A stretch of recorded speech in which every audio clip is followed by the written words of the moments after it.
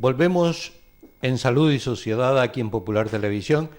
Estamos en la Clínica Montpía, en la unidad de reconocimiento, y el doctor Javier Sáenz nos ha estado explicando en qué consisten y qué incluyen los reconocimientos. Ahora el doctor Tomás de Vega nos va a explicar qué le haces aquí, qué son todos estos aparatos con los que estamos. Hola, buenas tardes, Raúl, buenas tardes a todos. Bueno, pues vamos a seguir el circuito un poco, o a comentar el circuito que sigue una persona cuando viene a Clínica Montpía y se hace un reconocimiento médico, ¿no?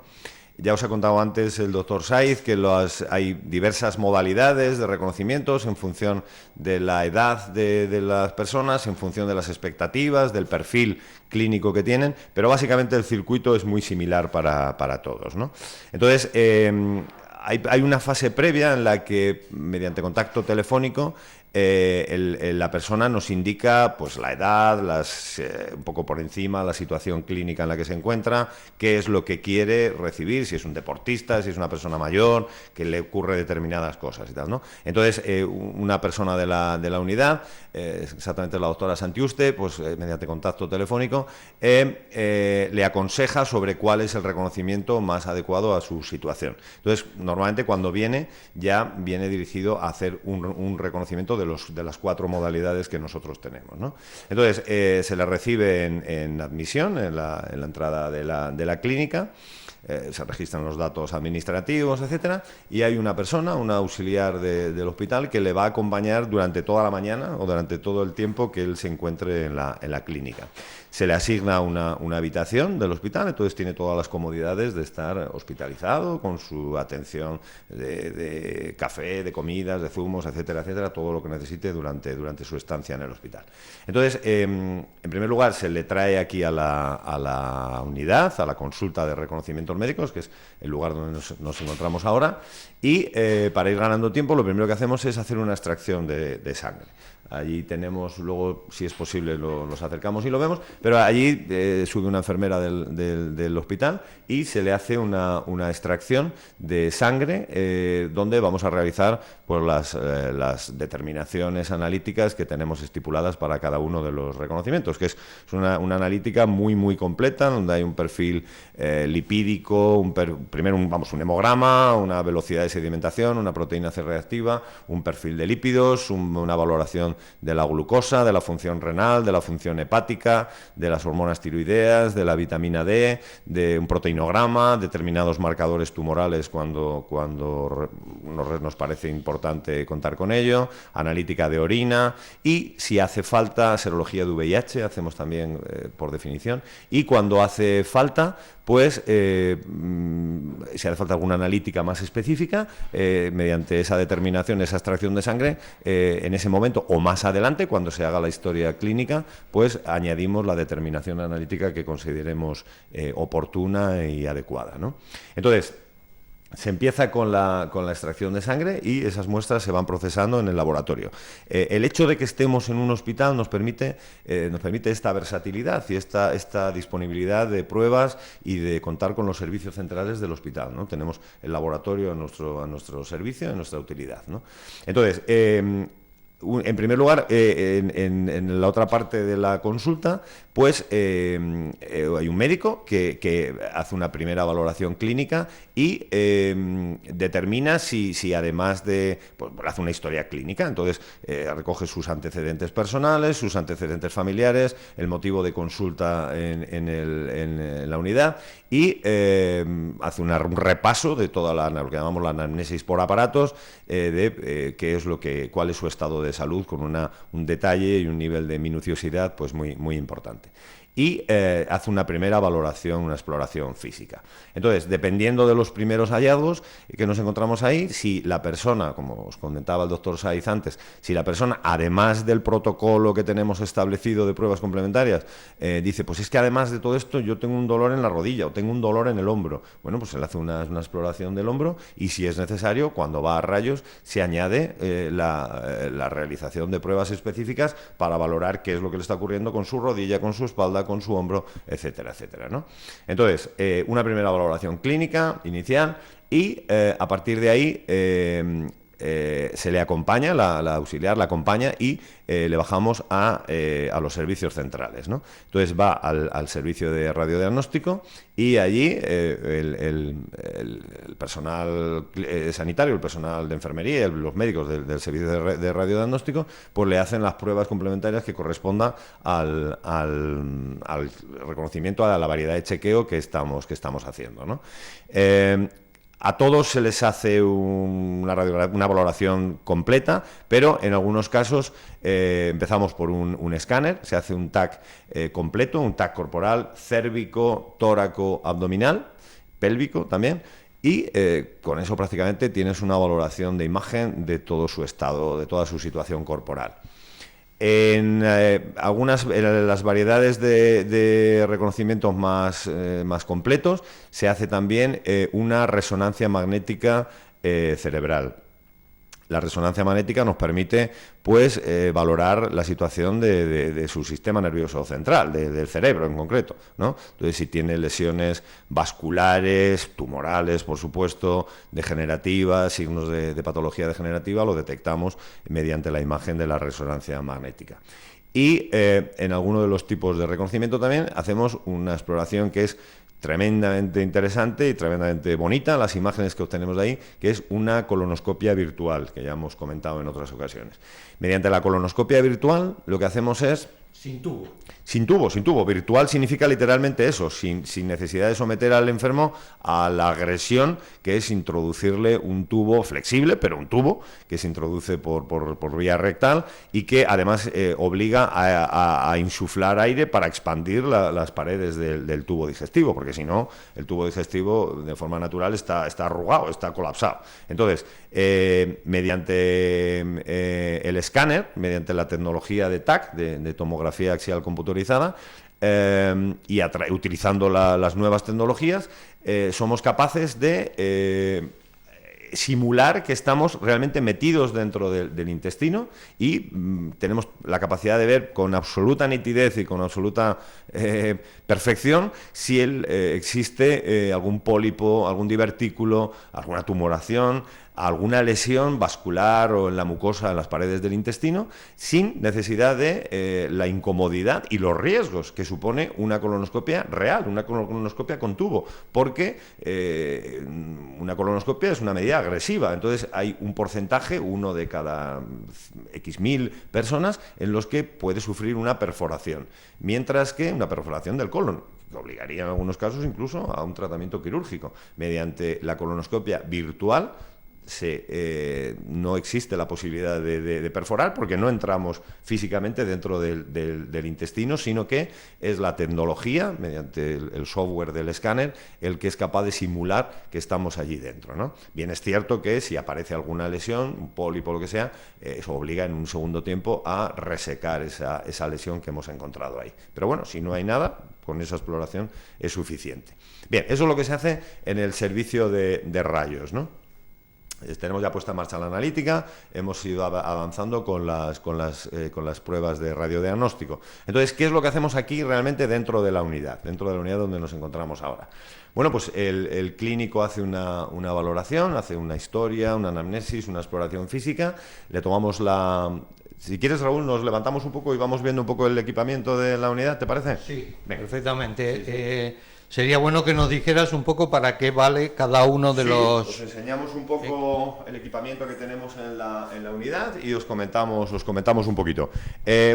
Nosotros estamos, como ya hemos comentado en alguna otra situación, muy preocupados y muy interesados con la situación cardiovascular de los enfermos, ¿no? Entonces, una de las cosas que hacemos es hacer una exploración física muy completa, pero en la que incluye una medida de la tensión arterial. Tomamos la tensión arterial, eso lo hacemos con este aparato, tomamos la tensión arterial en los dos brazos simultáneamente, en los dos brazos, lo que nos permite ver si hay diferencias entre un lado u otro de de las extremidades, porque a veces la diferencia, normalmente no hay diferencias entre uno y otro, pero a veces sí, y eso puede corresponder a determinadas lesiones vasculares que si no se toma simultáneamente no se detecta, ¿no?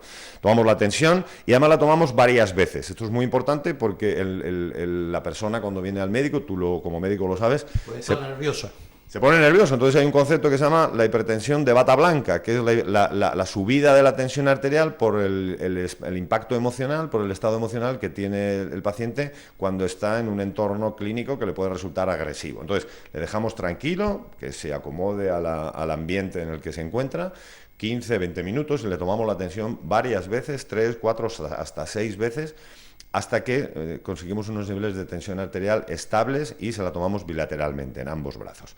Bueno, además de eso, con este equipo también hacemos lo que se llama el índice tobillo-brazo. El índice tobillo-brazo lo que hace es comparar la tensión arterial en las extremidades superiores y simultáneamente en las extremidades inferiores. Con eso podemos detectar una situación que es la enfermedad arterial periférica, que se manifiesta clínicamente por la claudicación intermitente, por lo que llamamos la enfermedad del escaparate. Son enfermos que cuando caminan tienen problemas vasculares, problemas de falta de riego en las extremidades inferiores, y cuando caminan se tienen que parar porque les duelen las piernas, o a veces no llega a manifestarse clínicamente, no hay síntomas. Y si con esta exploración podemos detectar un problema vascular en las extremidades inferiores, lo cual tiene una importancia enorme, porque la arteriosclerosis es una enfermedad sistémica y cuando están afectadas las extremidades inferiores es altamente probable que puedan estar afectadas las arterias coronarias o las arterias cerebrales. Entonces, mucho más accesible diagnosticar qué es lo que está ocurriendo en las piernas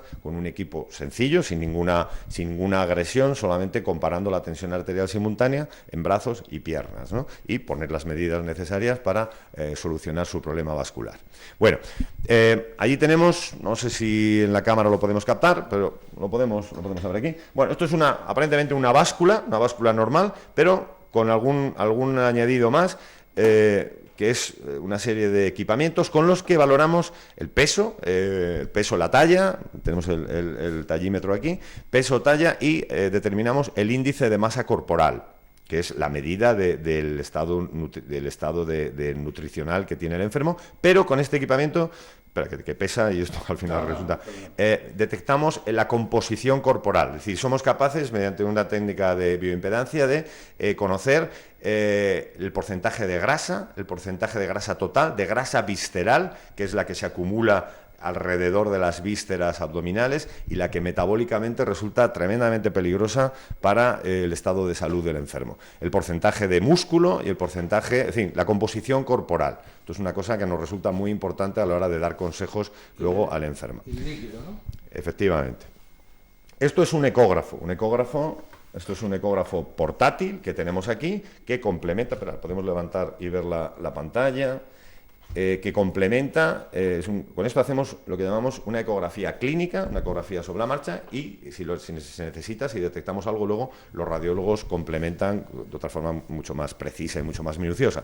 Con esto hacemos dos cosas, básicamente. Una es la valoración de las carótidas, el estado de permeabilidad que tienen las arterias carótidas, una vez más abundando en la importancia. Las arterias carótidas son, digamos, las tuberías por las que llega la sangre al cerebro, con lo cual, dicho está, la importancia que tiene eso, ¿no? Entonces, valoramos el estado de permeabilidad o de lesión que tienen las arterias carótidas hasta tal punto que podemos medir lo que se llama el grosor íntima media, es decir, el grosor que tiene la pared de la arteria, y a mayor grosor, sabemos en medicina que eso conlleva más riesgo de aparición de lesiones, y de esta forma lo que hacemos es adelantarnos a esa posible eventual lesión que de otra forma podría ocurrir. Mediante el equipo lo detectamos, el grosor de la pared, y le aconsejamos control de la tensión, control de lípidos, control de la diabetes, peso, etcétera, etcétera, etcétera, ¿no? El grosor íntima media. Esto es un espirómetro. Esto es un espirómetro. Aquí se coloca... uy, se nos... El espirómetro... El espirómetro lo que vale. hace es valorar la capacidad respiratoria que tiene el enfermo, la capacidad funcional respiratoria. Entonces, ahí se coloca una boquilla, el enfermo sopla, hace una inspiración y una expiración forzada, y con esto vemos la capacidad respiratoria. Si tiene una obstrucción al flujo aéreo, porque es un bronquítico crónico, que tiene un grado ya de enfermedad pulmonar obstructiva crónica, o si tiene un patrón restrictivo en otro tipo de patologías broncopulmonares, un espirómetro. Bueno, en la esquina tenemos otro aparato que es un aparato que se llama un aparato con el que valoramos la resistencia, la rigidez arterial. Esto es un equipo absolutamente singular porque es un equipamiento una tecnología, es un aparato muy pequeñito, pero es una tecnología realmente muy puntera y muy complicada.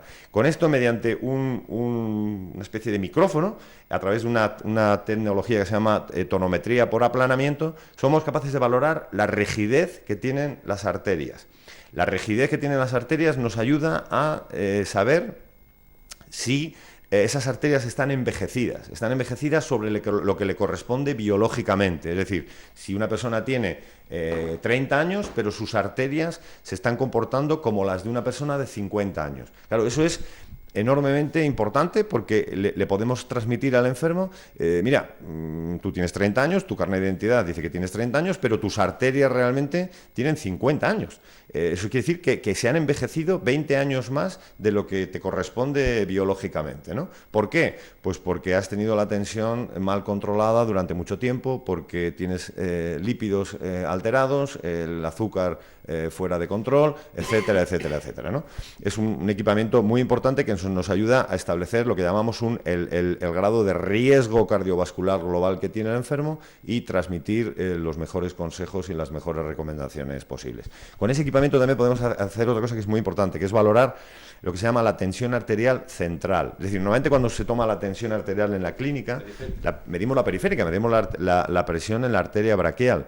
Y bueno, pues probablemente no es la misma la tensión, o no tiene el mismo impacto conocer la tensión que tú tienes en la arteria braquial a conocer la tensión que tú tienes a la salida del corazón, justo en el momento en que el corazón está bombeando y el bolo de sangre está saliendo a la circulación arterial.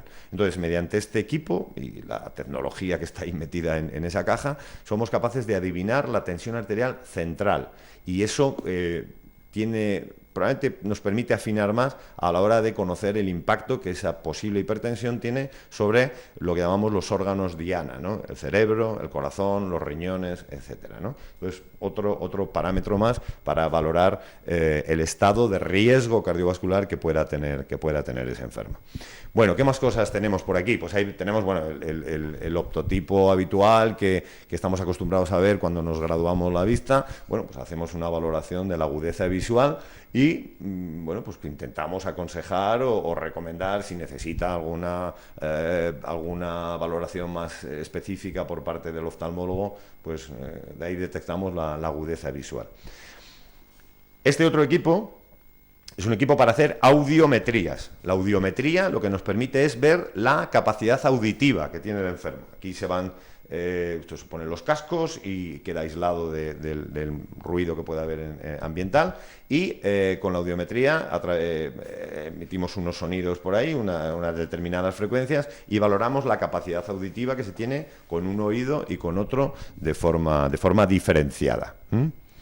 Bueno, este es el tallímetro, el peso normal, convencional, y entramos un poco en lo que pueda ser ya la parte más específica de la unidad de reconocimientos. Son aparatos, bueno, algunos de ellos muy singulares, como es el de rigidez arterial, que es una tecnología que no se dispone en muchos hospitales regionales ni nacionales, ¿no? Pero bueno, vamos a ver los aparatos más grandes, la cacharrería pesada, digamos, ¿no? Esto es un tapiz rodante. Un tapiz rodante es donde realizamos las pruebas de esfuerzo a los enfermos para valorar la posibilidad, el riesgo que tengan de padecer una cardiopatía isquémica, ya sea una cardiopatía isquémica clínica, es decir, que le ha producido dolor, le ha producido una angina de pecho, por tanto, está en riesgo de poder llegar a sufrir un infarto de miocardio, una arritmia grave o algún otro evento cardiovascular importante.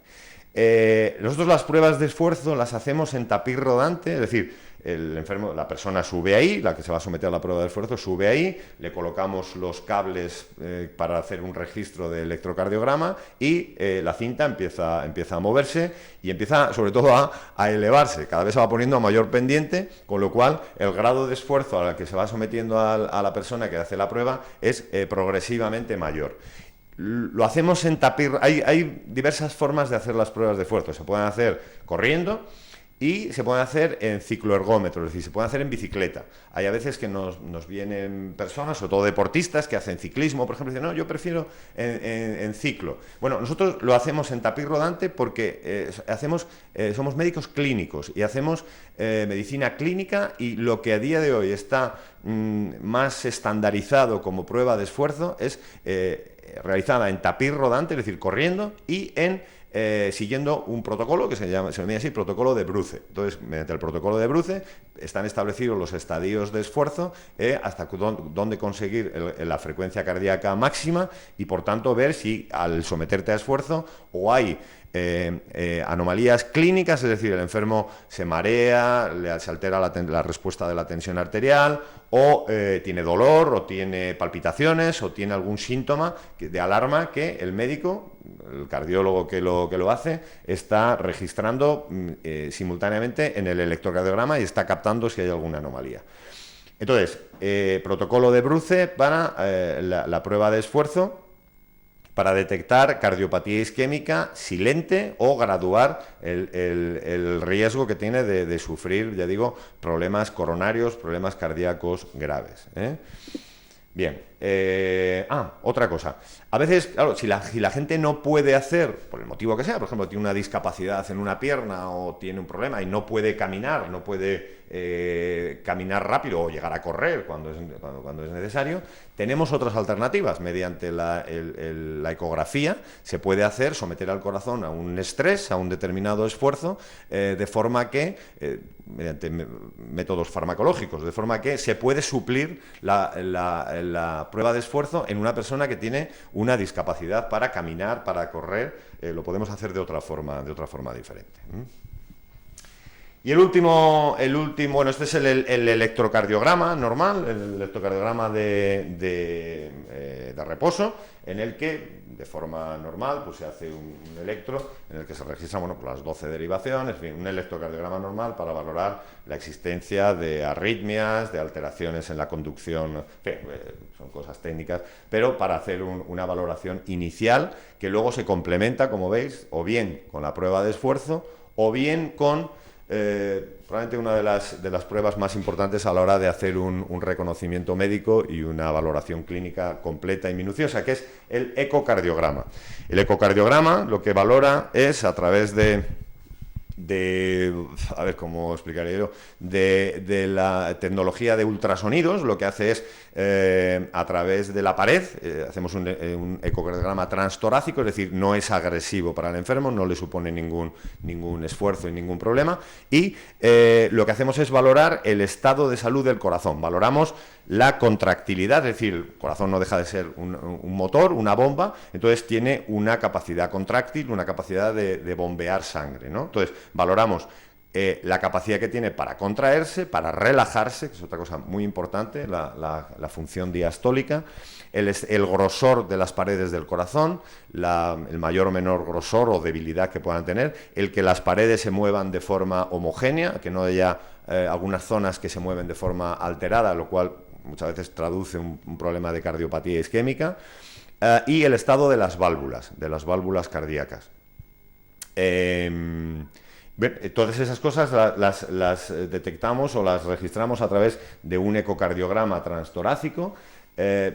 este es un equipamiento de muy alta gama en el que, bueno, pues se toman unas imágenes magníficas y nuestros compañeros cardiólogos, además, que son tremendamente expertos en imagen, son capaces de obtener datos absolutamente fidedignos e importantes para una buena valoración clínica. Muchas veces el deportista o la persona cree que lo importante es la prueba de esfuerzo y lo que le va a detectar una alteración cardíaca. La prueba de esfuerzo detecta arritmia, detecta cardiopatía isquémica en relación con el esfuerzo, pero lo que realmente te está diciendo que el estado de salud del corazón es bueno es el ecocardiograma. Pues, Tomás, nos has explicado muy bien todo lo que tenéis por aquí, y me gustaría que, ahora que ya acabamos el reconocimiento, ¿qué le dices? Bueno, pues con toda la información que hemos obtenido con todas estas pruebas complementarias, lo que hacemos es, nos sentamos en la mesa y en el despacho. Nosotros elaboramos un informe clínico completo, un informe clínico documentado, donde además le aportamos al enfermo todas las imágenes en el soporte CD o en papel en algunos casos, y esas pruebas están a disposición del enfermo para que luego él haga la utilización que considere adecuado.